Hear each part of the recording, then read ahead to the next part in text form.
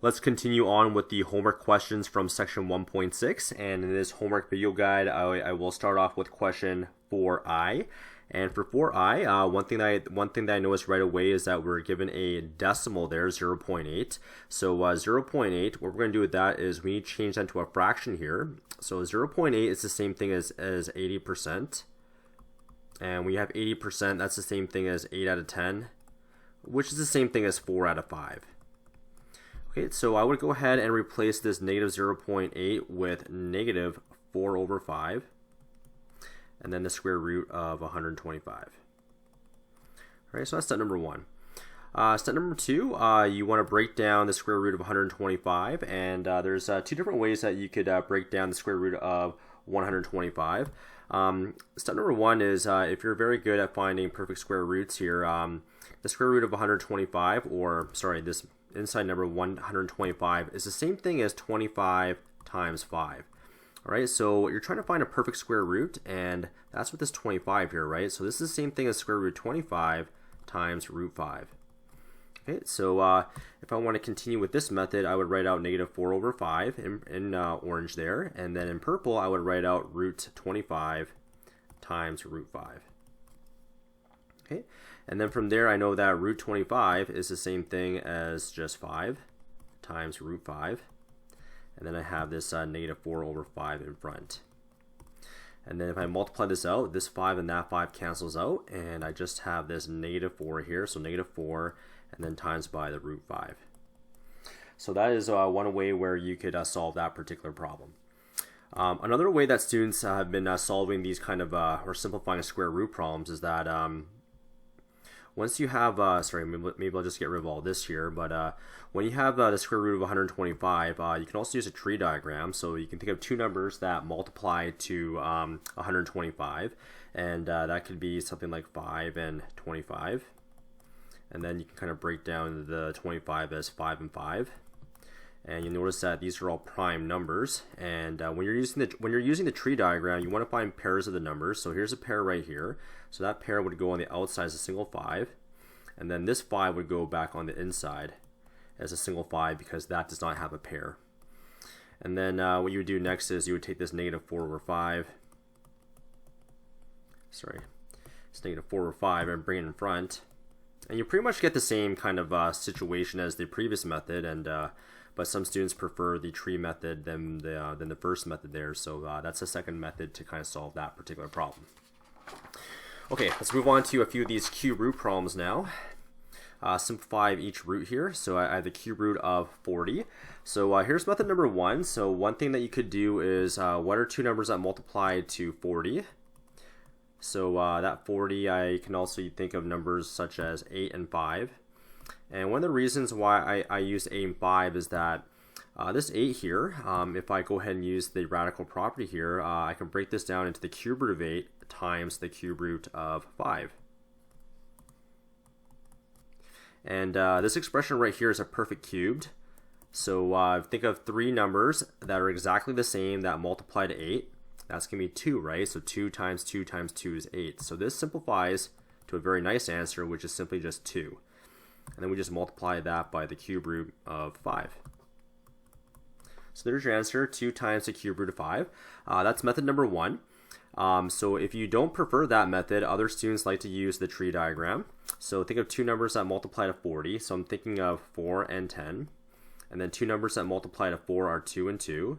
And since these are prime numbers, I'm going to underline them and stop breaking down that part of the branch. And then for 10, I have 2 and 5. And since these are prime numbers, I can underline them and I can stop breaking them down. And now that since you have a cube here, what you're doing now is you're looking for a group of three numbers that are exactly the same. So those 2, 2, and 2, there's a group of 3 there. So three numbers are exactly the same, which is 2. Now all three of those 2's will combine on the outside as a single 2. And then I have the cube root here, and the only number that is not paired up with two other 5's is that single 5, so this 5 would go on the inside as a single 5 there. So your final answer is 2 times the cube root of 5. So you get the same answer as the first method. However, if you want to use a tree diagram for this question, now you're looking for a group of numbers that are exactly the same to put on as your outside number there. Okay, let's move on to the next one here, the cube root of 48. If I look at the number, if you want to use the first method to solve this particular problem, you got to think of two numbers that multiply to 48. And thinking of the numbers 8 and 6, 8 times 6. And one of the reasons why I'm using 8 again is because this is a perfect cube number. So I can break this down into the cube root of 8 times the cube root of 6. And this expression we saw in the previous problem, the cube root of 8 is simply going to be 2, right? Because 2 times 2 times 2 is this 8 right there. So when you're given the cube root of a number here, sometimes you do have some very nice results if you can find three numbers that are exactly the same and they multiply to 8, and that's going to be 2, right? So the final answer here will be 2 times the cube root of 6. Okay, and for this particular problem, I will also do the tree diagram method here, and this might be one of the last times I do the tree diagram method for some of these problems. And but let's go ahead and just do the tree diagram for those students who prefer using the tree diagram method here. So two numbers that multiply to 48, I'm thinking of 2 and 24. And 2 is a prime, so I can stop there. And 24 can break down into 2 and 12. And this 2 is prime, so I'll stop there. And I'll use 2 and 6. And I'll use 2 and 3 there. And these are all the prime numbers, so I'll underline those, and then I'll stop breaking down the tree diagram because I can't go any further. And what I see here is there's my group of 3 right there. So all those 2's will combine on the outside as a single 2, and then the cube root sign. And then as you can see, this 2 and the 3, they will go back on the inside, and 2 times 3 is going to be 6, right? So 2 times the cube root of 6. And that gives you pretty much the exact same answer as the first method. Okay, let's move on to the next one here. And for the next one here, I'm just going to use method number 1 here. I won't use the tree diagram method anymore just to save a little bit of time. So I'm thinking of two numbers that multiply to 54. That's going to be 27 times 2. And this is good because I can break this up into two separate radicals here. And the cube root of 27, we do know this one. This is going to be 3, right? Because I need to find three numbers that are exactly the same, and they need to multiply to 27. So that's going to be 3, right? So 3 times 3 times 3 is 27. So this is going to be 3. And then we just have the cube root of 2. So 3 times the cube root of 2. Okay, let's move on to the next one here. 1/2 times the cube root of 64. Okay, so the cube root of 64, this one's a nice one here because you got to find three numbers that are exactly the same, and when you multiply them, you get to 64. So that's going to be 4 because 4 times 4 times 4 is going to be 64. So the cube root of 64 is simply going to be just 4, right? So 1/2 times 4, and 1/2 times 4 is going to be 2. Okay. Now, if you weren't so sure about that one, some other methods to do this particular question, I mean, you can think of two numbers that multiply to 64. I mean, that could be like 8 times 8, right? So if you didn't know the cube root of 64, you could use the 8 times 8 method. And then this would be the cube root of 8 times the cube root of 8. And then this 1/2 would be on the outside like that. And throughout this video guide, we have seen the cube root of 8 quite a bit. So the cube root of 8 is going to be 2, and the cube root of 8 is going to be 2 again. And then you just have this 1/2 in front, and you'll notice that these will cancel off, and your final answer will be just 2. Okay, so those are two different methods to do that particular question there. And now let's move on to question number 6 here. Multiply and simplify if possible. All right, so I can't break down this 3 or that 6, so let's just multiply them together. 3 times 6 is going to be 18, so the square root of 18. And the question is, can you break down 18? You can. This is the same thing as, well, 18 is the same thing as 9 times 2. And I can break this down into the square root of 9 times the square root of 2. And the nice thing here is that the square root of 9 is going to be 3, right? So 3 times root 2. Okay, so that's your final answer, 3 root 2.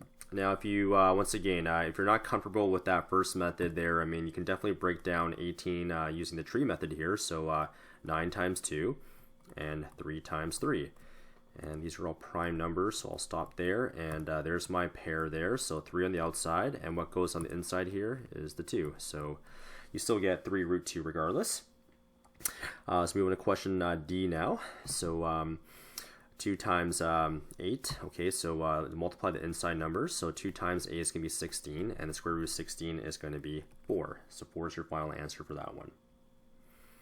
Okay, next one I have here is 3 times the square root of 3 times the square root of 24.